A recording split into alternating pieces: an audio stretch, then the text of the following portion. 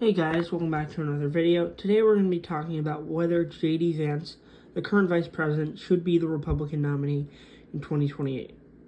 So, first of all, there's been some recent news that Vance continues to dodge talks about a potential run in 2028, but it's clear that he's definitely keeping his options open and that there is a good chance he will run. Now, the reason that we're talking about JD Vance is, first of all, because JD Vance is currently the favorite for the Republican nomination by a pretty big margin. I mean, 53% chance to the next person, Donald Trump, which is pretty funny.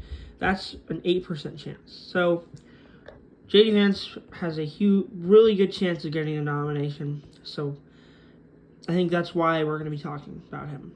So, as always, keep in mind, take these predictions with a grain of salt, because we don't know who's going to run and what the campaign strategies are going to be, or what's going to happen to the candidates, what's going to be the national climate. So, take this with a grain of salt. So, here are some arguments defending JD Vance, why he should be the nominee. First of all, JD Vance is the current vice president, so that is a pretty good resume for president. You know, there's lots of vice presidents in our history, in American history, that have gotten the presidency because they were vice president, and he is pretty good speaker. I think that he has the working class background, but he also has a really good politician filter, especially compared to Trump, who, as we know, loves to say whatever he wants. Now, because of that, there are some issues with JD Vance, or with JD Vance being the nominee. And the reason is that because he's the current vice president, he's tied completely to Trump.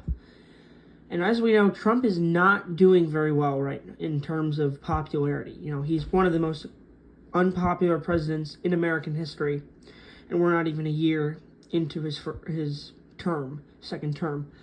Because of that, if by 2028 JD Vance is the nominee and Trump is still unpopular, that could really hurt JD Vance, because, you know, it will also be JD Vance is part of his administration, so that could really hurt any candidate, whether it's JD Vance, as we know, or someone like Marco Rubio, Secretary of State.